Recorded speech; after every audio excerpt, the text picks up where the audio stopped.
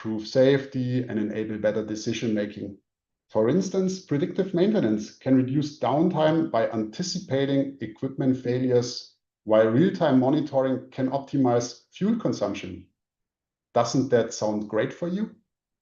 So, to sum it all up, OEMs like we, Avalanche, need to take a leadership role in the marine industry by innovating beyond just engines. We are focusing on developing an intelligent, connected platform that integrate advanced technologies such as IoT, AI, and data analytics. It's Sion. Coming to the next slide, this is about the digitalization in new builds. And this is a famous quote I like, or a narrative. Digitalization starts with the new build. And I tell you why. It's about evolving ships into smart, digitally enhanced vessels. What does that mean? So intelligence into new builds. It's about integrating advanced digital technologies and services in new ships to enhance efficiency, safety, performance through automation and connectivity. Builds offer a clean slate. It's a huge opportunity to integrate digital infrastructure right from the start, ensuring modern technology is seamlessly incorporated. Of course, high-speed networks are nowadays available, and these enable real-time communication for diagnostics, support, improving decision-making and maintenance off and onshore. Last but not least, Avalanche engines are our engines. They are born digital. So our engines are designed for smart operations and are optimized for reduced emissions and environmental performance, no matter fuel type you are using. The next slide is about the fleet transformation. Addressing the existing fleet for immediate impact is key. And I guess many of you joining that webinar today, they have already an existing fleet where we can have immediate impact. And therefore, we are doing retrofitting existing fleets with sensors, gateways, and secure platforms. Upgrading older ships with modern sensors, gateways, and secure digital systems to enhance their capabilities. Unified digital control across mixed fuel and energy types, engine types. Implementing a single digital control system that can manage various types of fuels, like the ammonia, like the methanol, ensuring seamless operation and integration. And of course, all of this is AI supported, artificial intelligence supported. Analytics deliver return on investment through efficiency, uptime, and compliance. And using AI-driven analytics to improve operational efficiency, increase the uptime, ensure compliance with regulation, and thereby providing a financial return on investment on your already existing fleet. At the end of the day, for us and also for the industry, it's deemed necessary that we as OEMs are solving real-world challenges. It's nice to have something to show, but at the end of the day, it also needs to be ready to be used, fit for purpose. And coming up again with these shortages, this is what we see in the market, and digital can assist via the remote support, for example. Using digital tools and remote support to train and empower crew members. New fuels, analytics and engine intelligence, leveraging data, which is anyhow there, and smart engine technologies to optimize the use of these new fuel types. Cybersecurity, super important topic, very complex, but it's deemed necessary. And it's not only necessary once, it's necessary to take care about this over the whole life cycle of your engines, of your assets. So secure by design, firmware and connectivity, implementing secure connectivity solutions to enhance really the cybersecurity. And also route optimization with live data and AI navigation is key. We are not doing that as Avalanche, the route optimization, but nevertheless, we can contribute with the processed engine data and data in general.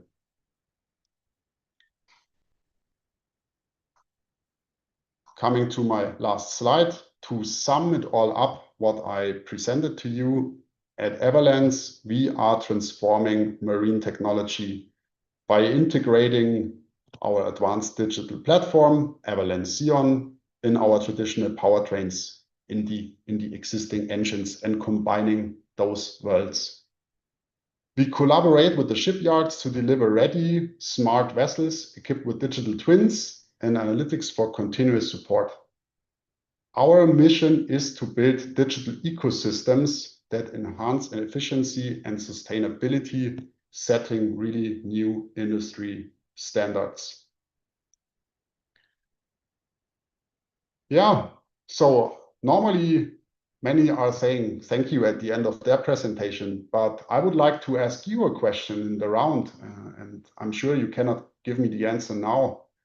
But the question is, how will you harness the power of digitalization to drive decarbonization in your own sphere of influence?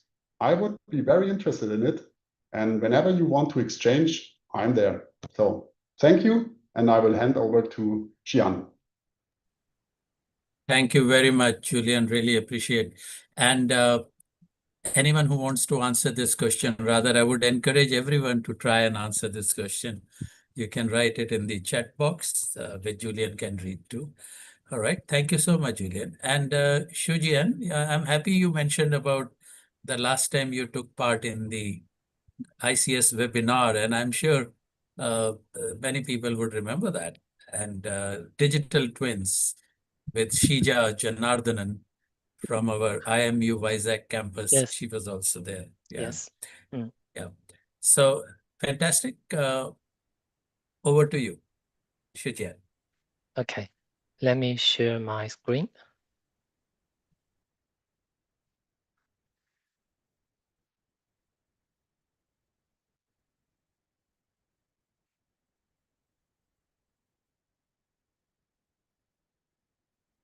Can you see my screen? Should I swap? Yes, we can see it. Yes, can see. Okay, Yeah, great. you already swapped. Perfect. Thank you. Okay. So different from Julian from Avalanche, I think it's from DNV, the role is totally different. DNV is actually as a global assurance and the risk management party. So basically, we are utilizing our expertise to kind of bridge the trust gap. When new technology and new things are coming into the picture, we try to develop the competence for it, set up rule, guidance, and things like that. So it's more like bridging the trust gap, make the technology ready to ensure kind of a safe running of the maritime industry. That's our core value. And DNV is actually a non-profit organization. So I'm from maritime, but actually there are lots of other kind of segments, no matter it's oil and gas energy or it's digital solution, or you see here on the lower right part about the DNV new incubator accelerator, like focusing on new technology like DNV cyber, like digital health. And also we have group and research. Why would I mention that? Because as a nonprofit organization, we put 5% of our total annual revenue into purely research and development. So that's why actually also from where I come from is DNV Maritime Smart Center. We are actually working delicately on 2Ds, digital and decap. So it's actually putting kind of a strategy into implementation to kind of assist and collaborate with our customers to kind of work on different new topics to tackle the barrier and how to really deploy to the shipping industry. I will give you just a few short examples. For example, from years back, we already working on left side with Costco on their shipping company role, shoreside data management center. We worked from there towards the standardization, how to manage data, how to kind of dig the value out of the data. So it's also involving later on to like decouple topics. And also we work with big shipyards like here at DSIC on smart ship design, like Julian also mentioned, digital by design. And also, for example, we work with China merchant industry on energy transition, on new innovative technology like fuel cell and the other stuff. We also work with shipping company like China Merchant Energy Shipping on how they can systematically utilizing digital ways to manage the GHG data and to kind of call out for a wider cross-industry value chain collaboration. For example, here you say is the shipping company side with cargo owner BHP and with DNV somehow to foster a wider collaboration. Of course, we are also working with the world's largest shipbuilding group, CSSIC. We have a kind of like a center dedicated on different topics on decarbonization, as you say, and also smart ship and digital twin. So back to my kind of main slides, we are already talking about the transformation. We talked about the digital decarb. I will have slides later on explaining a little bit more on these two big challenges. Somehow, if you see on the right side, it's about trust and assurance. This is exactly what DNV is doing because we know there are new things coming out. No matter it's new fuel, like the risk picture coming more complex, or like now it's more advanced digital technology product on the ship. And also like a crew needs more kind of competence somehow, more integrated ship system, how they can work safely with kind of error-free and also utilizing new ways of machine learning AI. How do we ensure these are safe and not really causing extra issues? So all of these concerns, this trust gap, it must be fulfilled with kind of insight and expertise. That's why DNV is working hardly on. If we take decarbonization first, there are already a lot of things happening from regulatory side. We know a lot before years like EDI, EXI, CII, ETS. Now from this year, actually Fuel EU is implementing. And I think possibly by this October, the IMO net zero framework will also come down. Then that means all of this emission related will come at cost. Of course, for a lot of client, cost comes as first. It's driving the business cases. So when we say the overall requirement and kind of the driving force behind what is digital, as Julian also mentioned, they are so closely linked. Digital is actually enabling. Why we say that? It's digitalization enables, for example, optimization, saves energy and cost. If you see from the picture on the left side, on decarbonization side, for example, taking regulatory reporting as an example, that means each new future ship as an asset must be equipped with data collection.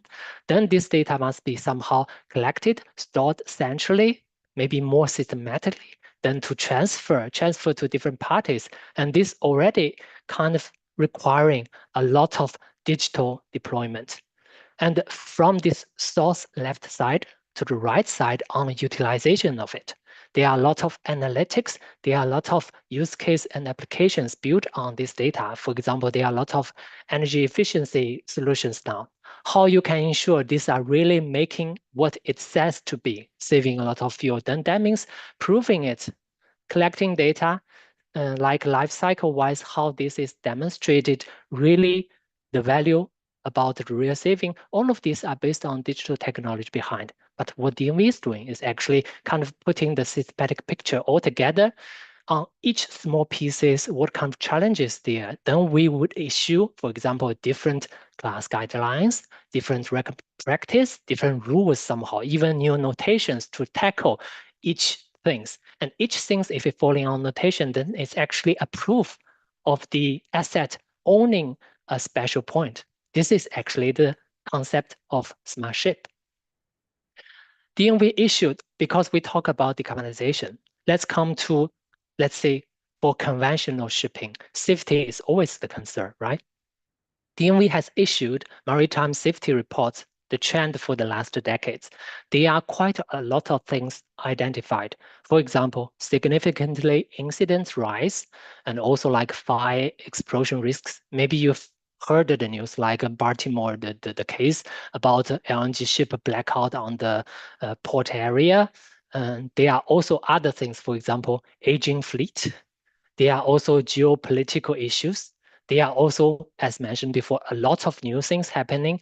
The emergent technology coming into the picture. Then that means transition to carbon-free fuels and all the others like what I will discuss later on autonomous vessels. All of this comes with like, how to say, the safety risk related aspect. Then how we can solve this issue? I think a lot of these items are actually being tackled by digital technologies. For example, if you utilize digital like from the beginning on your building, ensure the design is more optimized, ensure the system developed and deployed to the future ship is ready, is giving kind of good advice. That means replacing the aging fleet with a new technology and with people and the machine ready by side would actually reduce the occurrence of these safety issues. This is just a very simple example. Okay, we talked about the background already. If we come to the current market status, we would of course discuss about what is the digital and smart shipping so far. I always like to use this slide on a kind of rough picture, how it looks like now. You see on the picture's top left side, there are a lot of ships. The ships are actually related, not really physically related, but data-wise, they are kind of correlated. They are called smart ships. Why we say it's smart? It's just simply comparing with a conventional vessel. The conventional vessel doesn't have a lot of kind of capability to collect data, to transfer, to do the analytic assessment. Now smart ship has. It's basically kind of a new type of asset, enabling the potential from digital and also linked to the different use cases like decarbonization is one of the big use cases, how to save fuel, how to make it more efficiently, reduce emission. But from this picture, you already see that the ship becomes smart from left side. Then there's satellite communication, there's 4G, 5G, a lot of things happening for connectivity. This actually enabling the big players like the big shipping companies somehow to do the more centralized optimization operation, centralize the supervision and the support center. From that, because all of the data is actually aggregated, then it will actually can be potentially linked with other external service provider. Then that means the data flow is going on smoothly. All of this picture realized is by enabler of different things. Digitalization, as seen on the bottom first, is of course in the picture. Connectivity will come. This is also part of the issue for digital. Centralization will definitely come, and of course security. As the presenter also mentioned before that cybersecurity as an external threat for anything, no matter it's product-wise, no matter it's shipping company managing the things, it's external threat. But there's also internal threat, like all the new AI machine learning program applications. Is it stable? Is it causing a lot of bug and errors running because they are utilizing more technology, new things? All of this is actually falling into the security scope. We already see that a lot of players, especially shipping company and operators are doing so. For example, same as CGM. For example, the offshore company Edison West, they are already doing kind of a remote operating and the supporting center.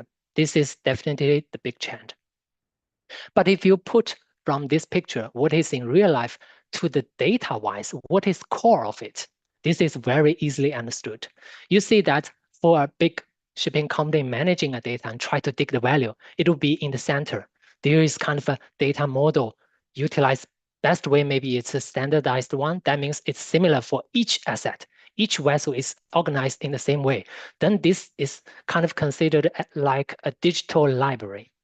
It with small cubes and small tree structures, enhancing different kind of category of data. Then from the left side, all these different kind of source of data, sensors, maintenance report, or even different parties like OEM data, like classification society as verification data, survey data, all of this is pumping in to the middle kind of model and utilizing this in a structured way, then going to the right side to kind of dig the real value of it. no matter it's relating to decarbon or it's only purely safety improvement. And then if you see from the top down, it's from single vessel to a fleet level, everything is kind of organized in the same pattern, then this is definitely in a much higher efficiency, supporting the future deployment at the shore side for kind of the support and operating center. These are all kind of current ideal way of doing a smart ship, a smart shipping. But if you see current smart ship, they are different kind of concept. But overall, I think they are basically the same. This is a simple kind of illustration. Don't look into small detail of notation meaning, but this is kind of like a simple smart framework, we think. A smart comparing with a conventional vessel is what kind of aspect or domain you think your asset, the ship, is different from conventional ship. No matter it's OPM, as on machinery part, it's more like the equipment side, or it's on OPH, on hard, on structure safety related, or on EEN side, it's the third column, it's kind of energy efficiency, like emission related. There are a lot of things kind of enhancing. If you are, for example, there are a lot of notations. If we are gaining as the ship having one of these notation, then this means this small notation or this small kind of qualification is actually telling people that your asset is having a new function different from conventional. Then this is kind of a small smart. This is the whole concept of how a vessel as an asset can be smart. But I also marked out some red things. These red things, as for example, the inf is actually kind of in the previous slide, the middle picture, the data infrastructure. There is kind of a data server on board of each ship. This is very important. That's why we put in a higher level. Then there are also other red part, no matter it's DDV or IEW. For example, IEW is notation for remote witnessing. Then this could be already falling down to the level of use case. But they are used purely new digital ways of doing the old things. For example, remote. Then we are use remote survey. We are using new technology for doing the remote survey in a new way. So this is purely a simple concept. But of course, there are also a lot of market available other solutions could be considered also smart. Then it's also okay. As long as you can prove, verify that function is kind of different and given the value, it can be considered as a smart. Okay, we talked about the current status. How about in the future? When we go from the smart so far now to the future, like let's say 10 years from now on, then another topic, MaaS. This is abbreviation for Maritime Autonomous Surface Ships. This will come into the picture. Maybe most of you know and heard already in IMO, they are already doing the setting up the draft code for MaaS. But firstly, if we see on this picture, no matter it's current smart or the future smart, which is growing slowly to autonomous and even autonomy, there are two different angles to see this. One way is like the picture showing the vertical. It's the level of automation. If you see on the bottom, it's conventional ship.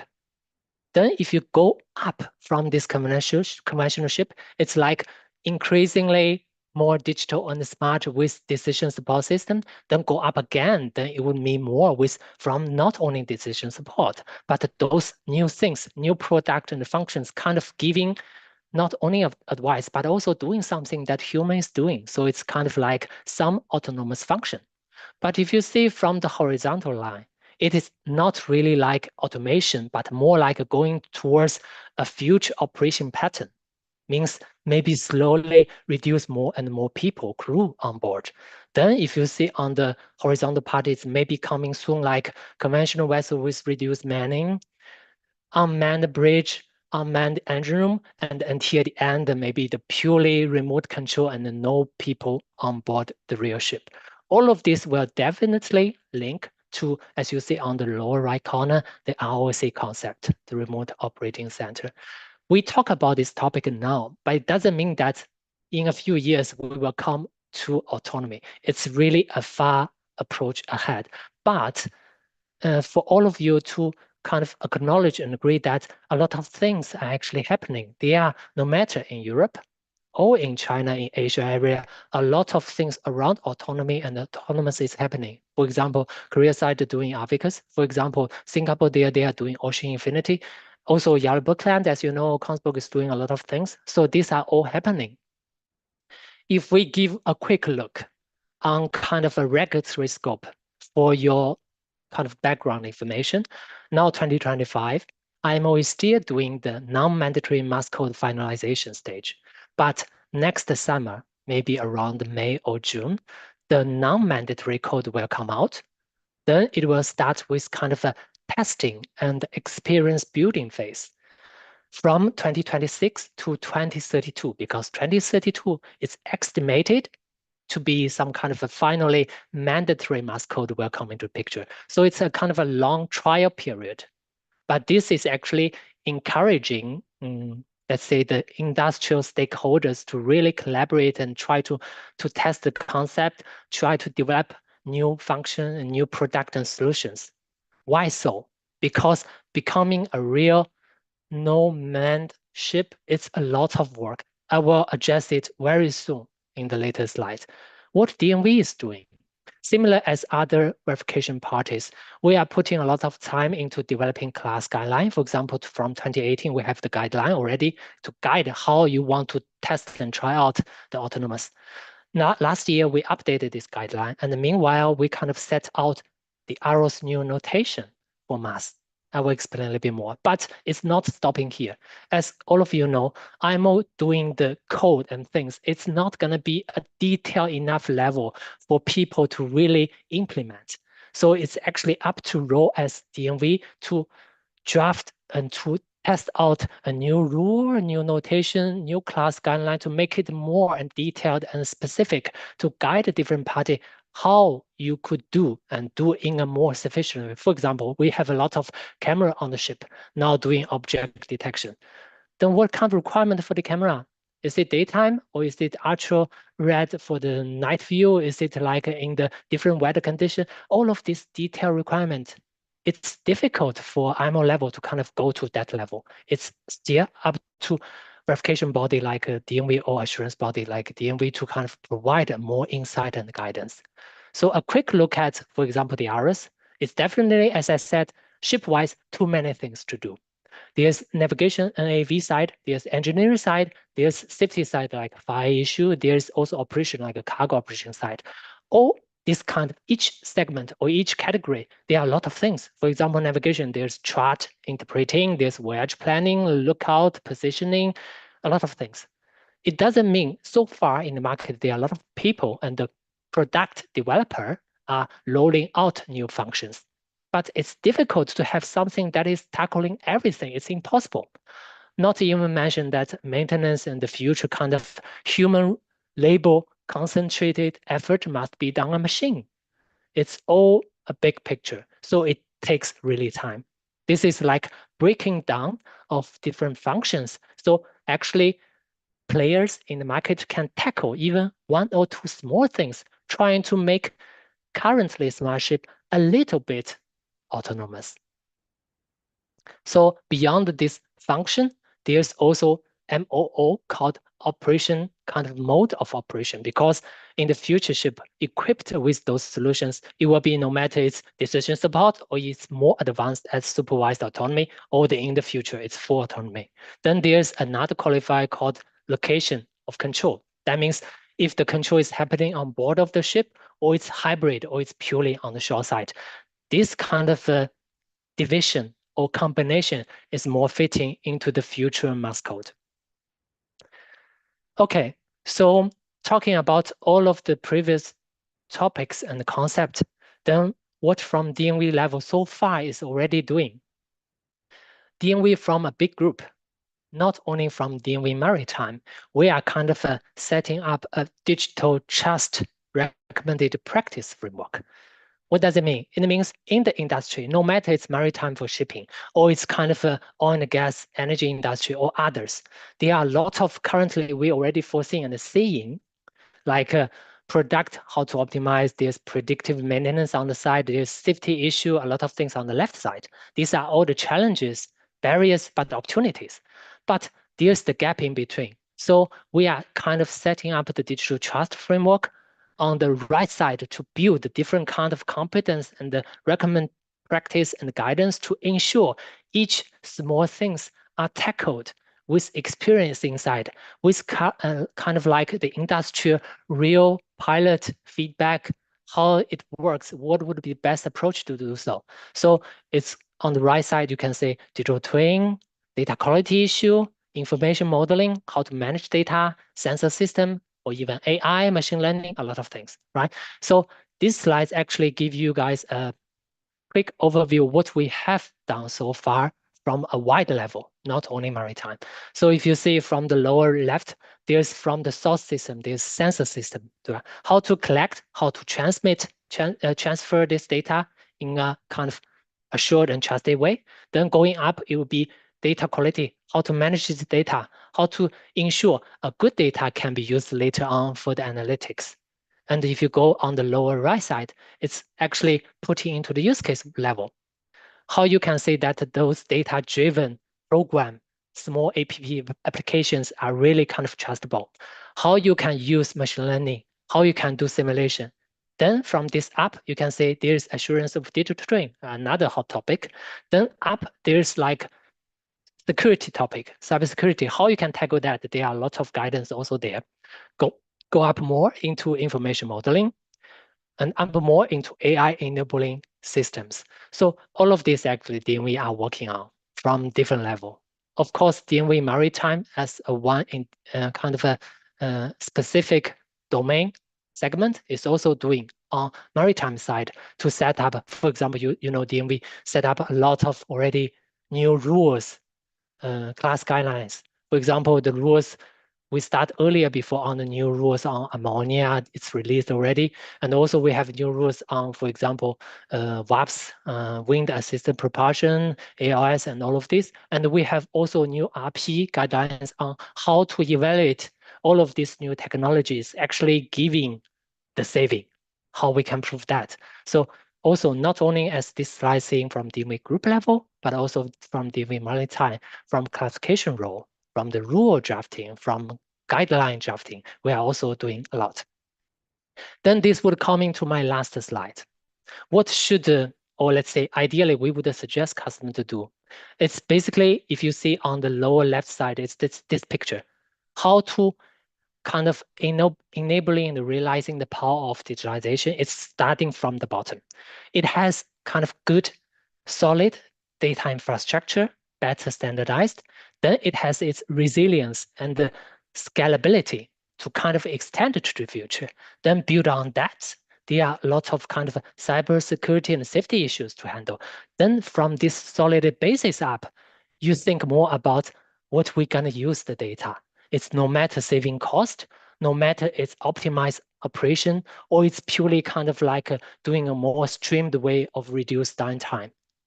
Take DNV as an example. We also doing things in this digital enabling way on a lot of new services. For example, we are doing, as you see on the right side, remote survey. We are doing like a navigational kind of verification from navigational node connect. We are doing kind of hard critical structure safety on hull monitoring, doing maintenance verification, maintenance survey on this new digital way by Maintenance Connect. So in all, if for example, for shipping company, the other parties collaborate with shipping company, how to focus on, I think I just streamlined down to two small items. One is focus on operational value and what is really valuable for you as a data user. Don't think big because small things you may get already and try to find a value and already improve and reduce cost for you. Then this kind of good system, this feedback will enabling you to kind of invest more. So starting from small, from lower hanging fruit. And the other is really not to forget about key enabler. The really like very solid basis must happen first. Otherwise, a lot of early investment you have to do it again in the future. When you have a new solution on board, then you have to deploy a kind of a new center, new service to kind of interface with the new system for the new data. All of this will be repeated work if you don't really have an early strategic planning and deployment for a good basis. That's all from my side. So back to you. gentlemen. Yeah, thank you, Shujian. Let me start with you now. I mean, can you take the slide off, sharing off? Yes, let me see. Yeah, How can can you? I? Yeah, just click that again, or Is it okay now? yeah, it's Okay. perfectly fine. So the last sentence that you spoke was quite encouraging, that unless you learn from what you have done before, uh, you will keep making the mistakes, or you're going to keep redoing the same wrong thing again. Now, are we talking about just one company or one ship? Uh, Even if a person doesn't repeat it on one ship, how does it help the industry? So my question is, how do we all collaborate in terms of the industry itself to build upon this data and learn from it as an industry rather than as an individual? So I would like you to answer, then maybe ask same question for Julian. How do we, have, rather than thinking about competition and one company to the other, in Mm. the interest of a greater good, how do we collaborate? Yeah. Thank you. I think it's such a valid question. From my experience, I've worked with already a lot of big players on digital and decarbon. Along all of those collaborations, I think in the end, it's falling on the picture of win-win, multiple win. It doesn't mean doing something is only beneficial for one party. It's actually working for all. For example, how to set up a good kind of a collaboration basis, a data platform, and how to utilize data. Different parties have different experience. For example, from OEM side, like Evelyn's, very strong background on the engine side. Inside experience, long time building, then all of this is actually from how to how to kind of get the status, the data, the monitoring signals, and how to really find the value from it. I think they have kind of a core saying on it. Then from kind of collaboration wise, how to make it more extendable and scalable to other stakeholder to do the data sharing, to streamline it. That means people should think about same way. Then standardization come into the picture. Then different organization is actually putting like suggestions towards maritime, how you can do it more standardized, how you can talk your data to other data in a more kind of a connected way, easy, streamlined way. Then this is fostering like a wider collaboration. It's not only to data level, but also the algorithm, also like simulation wise, there are lots of things happening already. Then for the real value digging, it's no matter from, for example, the user side shipping company, they need the data value. They will do some data on their own, but they will also work with, for example, like integrator, like designers, like OEM suppliers for their experience to dig the value, how they can do the cost saving, how they can better improve the operation. But also other parties, like, for example, if they are doing things with cargo owner, with charterer, for example, on decarbonization or emission, then that means there's also trust in between. They have to prove that what they have doing, what they have collected before, and the final result is actually what you tell you is true. Then the other party would need someone like then this is actually DNV come into picture. Like we sit in the middle, we utilize experience and the recommended ways. If this way is recognized by all the party, then we are kind of like a moderator in between and build this gap. So what you do is meaningful. What the other end user side wants is something matching with what you can do, then we are kind of proving in the middle that what is done is valid, is effective, and it's really kind of a data-driven smart. I think utilizing all of this picture on different level and realizing the final win-win is a core to a successful collaboration. Yeah. That I'm so happy that it's such an ideal situation. But so Julian, what do you think? Do you see your clients open towards sharing their data with the others for the greater good, or something which will still Oh, take some time? that's a difficult question. So yes and no. Some customers are super open to share their data with us once they see the value which is in for them. then it's no issue. And others are not sharing the data because sometimes they don't see the value. And as Xian mentioned, at the end of the day, for me, a collaboration is all about communication. And it is deemed necessary that we are starting this communication like we do it today in this wonderful webinar. And we also need to use easy words for these complex. And what I often perceive is that there are language barriers. We are mainly all engineers, but now digital is entering the stage, and digital is using a different language. And now we engineers need to adapt to that language to also understand what does that mean, and therefore we easy, we need to be small, and we need to be fast. What I mean with small is I experienced that many customers want to have it all at one time. This is not possible. And my strategy, our company strategy, is to do baby steps. And then you also get the successes you need, the successes we as a maritime industry need in order to get the motivation and keep the motivation high to really strive for that overarching goal, which might be not there next year, maybe also not in the year after, but maybe in 5 years. Yeah, absolutely. Now, coming back to the very first question about autonomous ships. So let's start with you, Julian. You saw what Arun Agarwal is our chairman of the IMEI, Institute of Marine Engineers India, Chandigarh branch. So he has somehow supported you and you have immediately said thumbs up. So can you expand a bit on what do you think? I would love to do that. And it's nice that it's not only my view, that I really believe that autonomous shipping is realistic. So we have seen it in the chat already. Xian also talked about it in his presentation, and maybe I can get some insights. I can give some insights. So in my point of view, autonomous shipping is becoming realistic, thanks to advancements in technology that facilitate human machine teaming up, so that really we humans team up with the machine, and that combined with intelligent engine systems, I think this is really where the magic happens. And yeah, so I'm a firm believer of it. Yes. All right, fantastic. Julian, I don't have to come to you for this question, right? So, because you have already explained in your presentation so very well.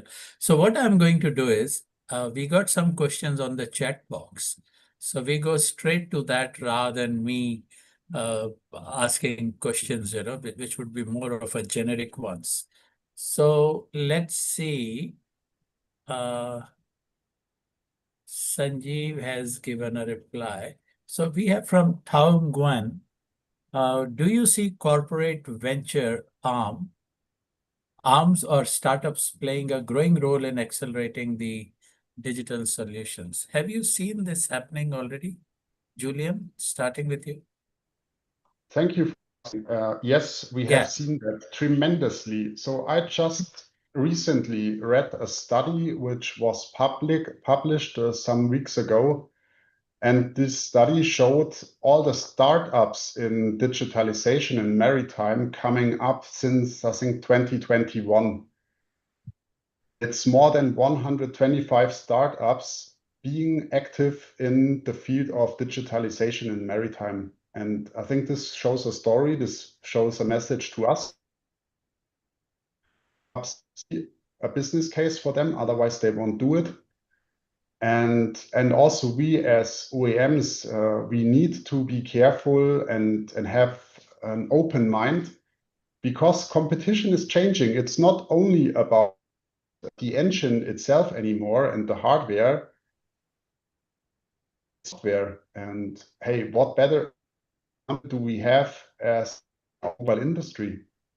I mean, this is really, it's not a car anymore. It's a rolling software. And I think that's where we all need to have our eyes on and develop the right solutions for our customers. Yes. Right. Shujian, anything you would like to add? Yeah, actually, I would say from two perspectives. One is from big companies, their own. Actually, a lot of big companies, they are doing their own kind of subsidiary company, utilizing a lot of IT guys, technology, AI, and things to set up a new small company to kind of accelerate their own progress. There's also like a startup companies that's doing a lot. For example, when we talk about autonomous, there are a lot of small players rushing into the maritime market, providing their kind of object detection solution, providing their kind of machine learning function embedded into ship systems. Also, they are in other topics like cyber. A lot of IT companies now jumping into picture, providing cybersecurity service, monitoring solutions for shipping companies as well, for even shipyard and vendors. So I think it's really speeding up. But I also think that there's a small gap that's also from the maritime domain industry players must focus on is we should not also stop from what we have doing traditionally. Like, of course, evidence is strong enough to have research and kind of innovation, but for like all the small players, they don't really have this strong kind of investment capability to do things like this to kind of update their product or even provide a new advanced solution. So I think it's for them also a kind of a dilemma that they have to follow up and they also have a limitation behind. But I definitely think the big companies by their own effort and also other players into the maritime market is really speeding up the process. Mm. Thank you. Yep, yep. So if we look at as an overall with regards to the challenges, one of course is the that what Julian mentioned about transparency. The other thing we talked about is the collaboration. So other than these, what are the biggest challenges do you foresee? Let me start with Julian on this. So what are the biggest challenges with regards to application of digitalization and the zero carbon journey? Yeah, let me elaborate on that. So the main challenge we see in transforming the maritime industry is really with the fragmentation, where different systems for engines, for ships, for shore operations don't work well together. So this needs to be interconnected. And also they are talking to customers. They would like to have that one platform where they can see everything. And I think that's the holy grail in digitalization, to have that single pane of glasses. And to tackle this, smart platforms are being created to bring these elements together into one cohesive system. These platforms then improve communication and data sharing, boosting efficiency, decision making, and all over management. So yes, if you ask me about the challenges, it's about the fragmentation, and there we need to have standards and yeah, that one platform. Julian, all yours. Fully agree on that. Actually, it's also like what I emphasize from DNV point of view that the standardized infrastructure is a good basis to enabling like a good data management and setup and the future use cases. We actually see, I mean, giving some real stories. For example, when we work with shipping companies on what do you want? I want this and that. It's a very big picture. Then what have you done so far? Oh, I collected the tons of data every day coming a lot. Okay, if you want to do, for example, like optimization of your operation route, more efficient, how could you get this data? I don't know. It's somewhere there. I need maybe one day ask my engineer to check it out and ideally find it out. So it's a data silo, and it's also a lack of systematically how you can organize and get data to kind of let it flow. This is a kind of the break up of the system, the data value chain itself is really there, a big challenge. A lot of companies may put a lot of effort in the early beginning trying to dig the value of it. but they may spend already a lot working extensively on data collection, but some data they may even not really need. And even if they need, they are not doing in a good, resilient, scalable way. So I think it's echoing to Julian's comment that a more centralized platform, a better standardized way of doing it to ensure that there is a good basis, kind of you have a backbone of no matter it's nowadays the use or the future, the new development, the new use of data, it should all be built on that. Yeah. Yeah, that's fantastic. Recently, as I mentioned earlier, when I was in Chandigarh, the Institute of Marine Engineers India, along with the Merchant Navy Officers Association and CMMI, IE, Institution of Engineers, and of course Arun Agarwalji is there. So they organized a fantastic seminar, whole day seminar. One of the presentations talked about all these scammers and phishing and wishing and all those things. And he literally scared the guts out of everybody who was sitting there. What all can go wrong? Now, if we are talking about the mobile phone and the banking application and the one-time passwords and what all can happen, and we were all so concerned and scared, how much is the risk with regards to cybersecurity?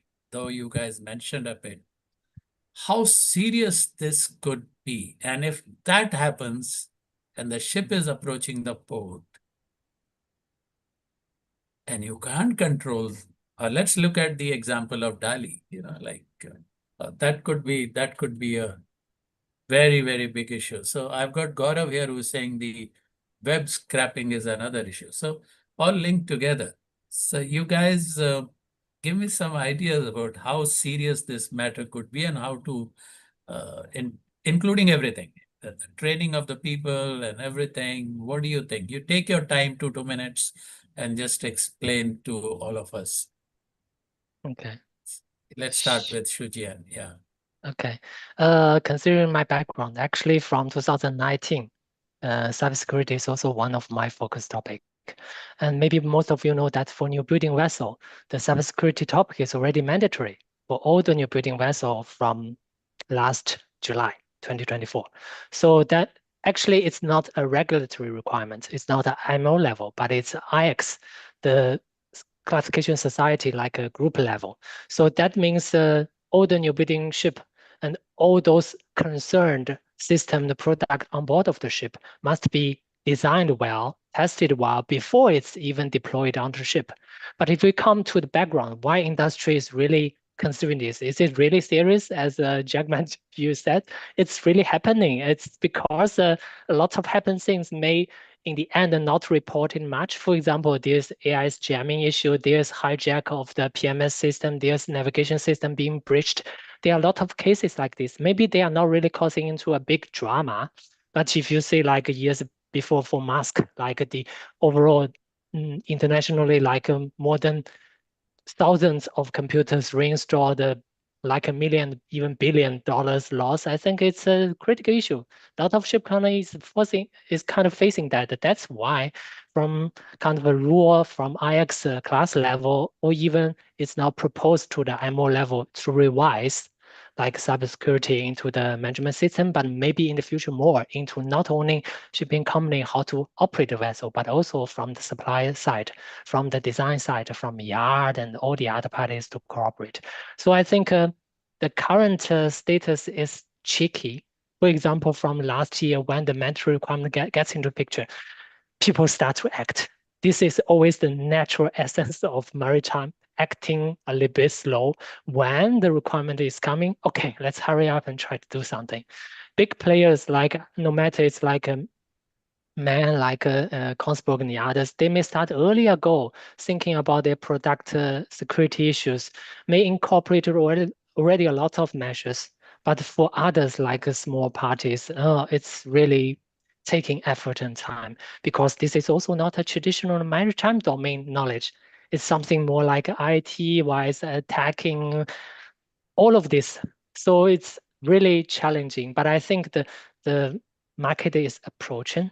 the players are approaching, giving it a few 1 or 2 years, I think the first batch of new building will somehow build the experience ready, and then this good asset will be put into the hand of operator and shipping companies. Then I think it's also not wait until that year, until 2027 or 8. It should be starting now from the operator side. Think about it to train well your crew, or even to kind of install like a monitoring system, cybersecurity awareness platform somehow to actually assist a good designed, cyber designed vessel into operation. It's not only every machine is ready, but human is not ready. Then I think it's also again another issue. It's also involving a lot of parties kind of work together to find a best approach to go forward. My view. Thank you. Yeah, absolutely. I mean, so happy. I just picked up two very important points from what you said. One of them is characteristics of our industry, shipping. Yeah, we are reactive and we are slow to act. Too much of inertia. Unless something really goes bad, wrong, disastrous, we somehow. But I have noticed one thing in the last few years, from the time that we started talking about green shipping, that shipping has been proactive, and I hope in terms of cybersecurity, etc., especially the training, not only of the ship staff but also people sitting in the office. How important is this? So before that, let me, Sanjeev, can you switch on your video, because it's I'm trying to pin you, but you don't allow me to pin you down. But don't worry, I won't pin you down. Can you just switch on your video?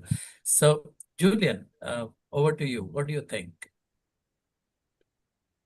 I mean, I would like to bring in the perspective of our customers. And many customers are approaching me these days. Hey, Julian, what about cybersecurity?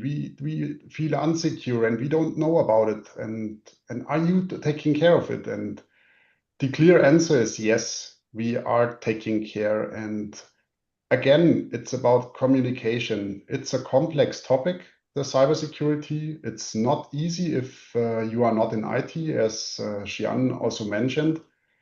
So we need to make that topic easy, understandable, tangible, and show that we as an industry and OEM are really taking this serious.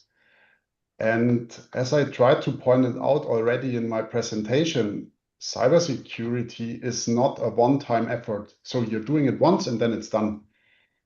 You see it nearly every day in the news that these cyber criminals, they are adapting. They are always, sometimes even a step ahead. And this is why, for example, we as a company, we are hiring hackers, external hackers, and we pay them for penetrating us so that we really see and get a feedback of what is going on and what needs to be done on our end to really cope with those cyber attacks.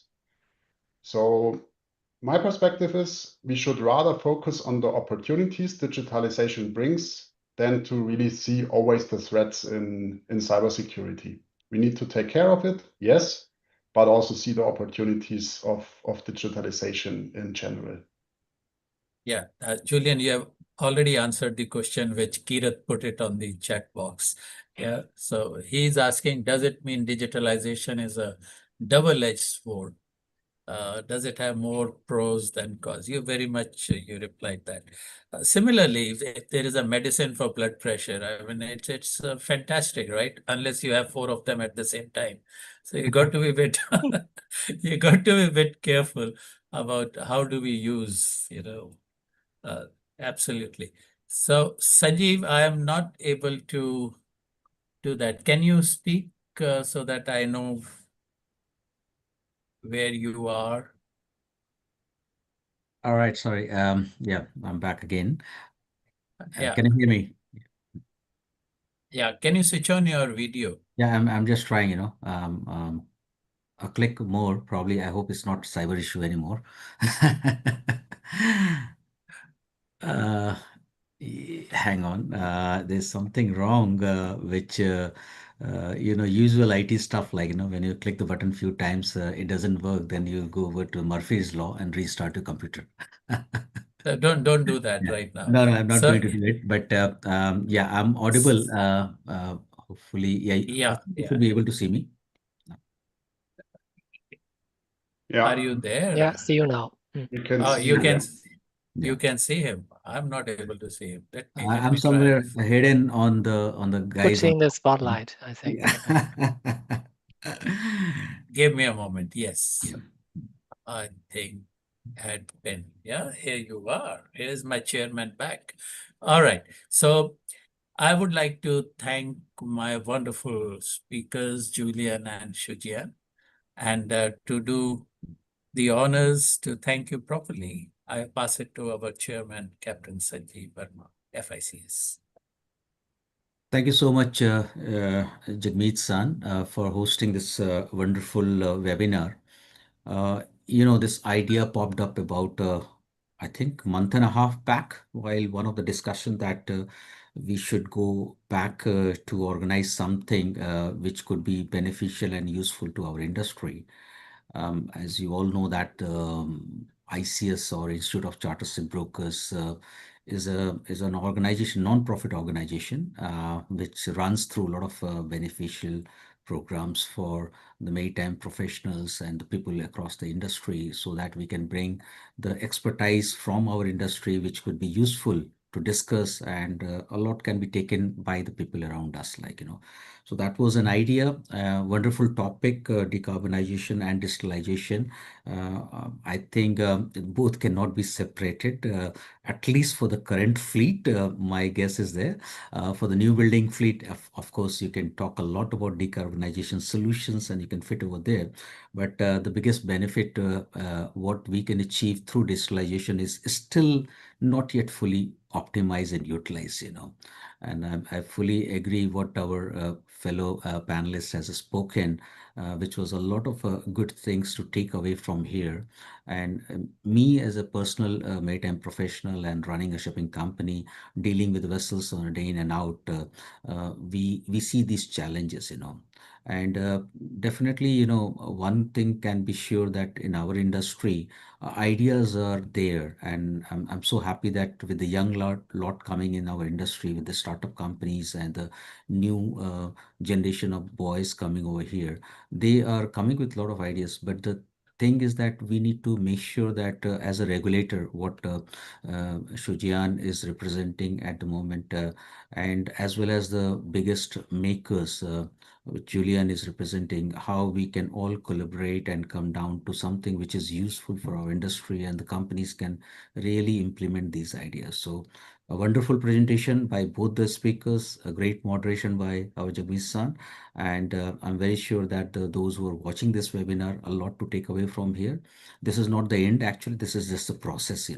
And whatever you guys have shared, I guess, I mean, this is something which everybody who's watching this seminar, or later on the YouTube or wherever they will be watching this one, something will be there. And Julian, they will get in touch with you, and Shujian, they will also ask you, and those who are running their DNV class vessel, definitely now they know that whom to get in touch.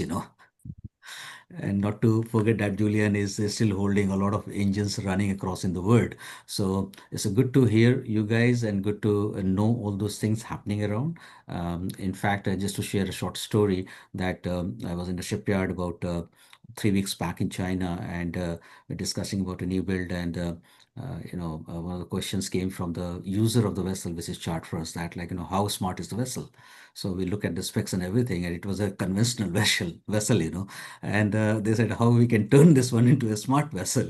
Well, so it's just like, this is a reality. We are talking about a new build vessel which is going to come into the water next year, and we still sometimes have to deal with the very, very basic questions. As you said, that there's a lot of data. How we crunch the data and what it comes out is also a big question, which our industry need to figure it out. But were very wonderfully put, and I won't take much time. Let me thank our sponsors for this year, which is Caravel Grove, Fleet Management, Wallace Steamship, Pacific Basin, Ship, Anglo Stern, and KC Maritime. for wonderfully hosting and supporting Institute of Chartered Brokers Hong Kong branch for organizing all these events.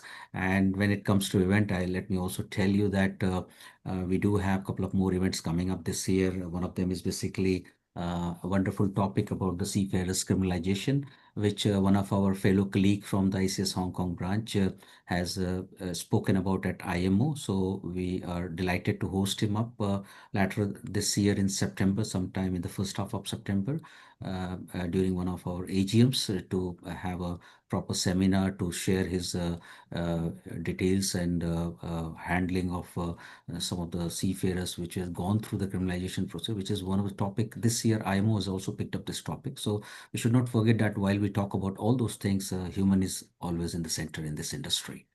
And obviously, not to forget that the Hong Kong Maritime Week, which is coming up in November, and we have our usual, I guess this is the fourth year, which will be hosting a continuous seminar. And the topic this year is decarbonization versus the economic realities, balancing the green shipping and profitability. A brainchild of Jagmeet San 4 years back to come out with this fantastic event during the Hong Kong Maritime Week. And our events has become a focus of the events which is happening across in the Hong Kong Maritime Week. So looking forward to that one. And those who are in Hong Kong or coming to Hong Kong, please do come participate in the Hong Kong Maritime Week. Do come to visit us during the seminar which we hold it up. This year it will be on 17th of November, and with a lot of good speakers, a good takeaway, and obviously not to forget that good food and drinks at the end of it. So Thank you. Thank you, Thank you so Sanjeev. much again. Yeah, he said the charters asked how smart the ship is. If I was him, being a commercial guy, I would have said, depends on the charter hire that you pay, sir. That's a $1 million question, sir. Capex are Mm. never paid Yeah, against I charter know. hires.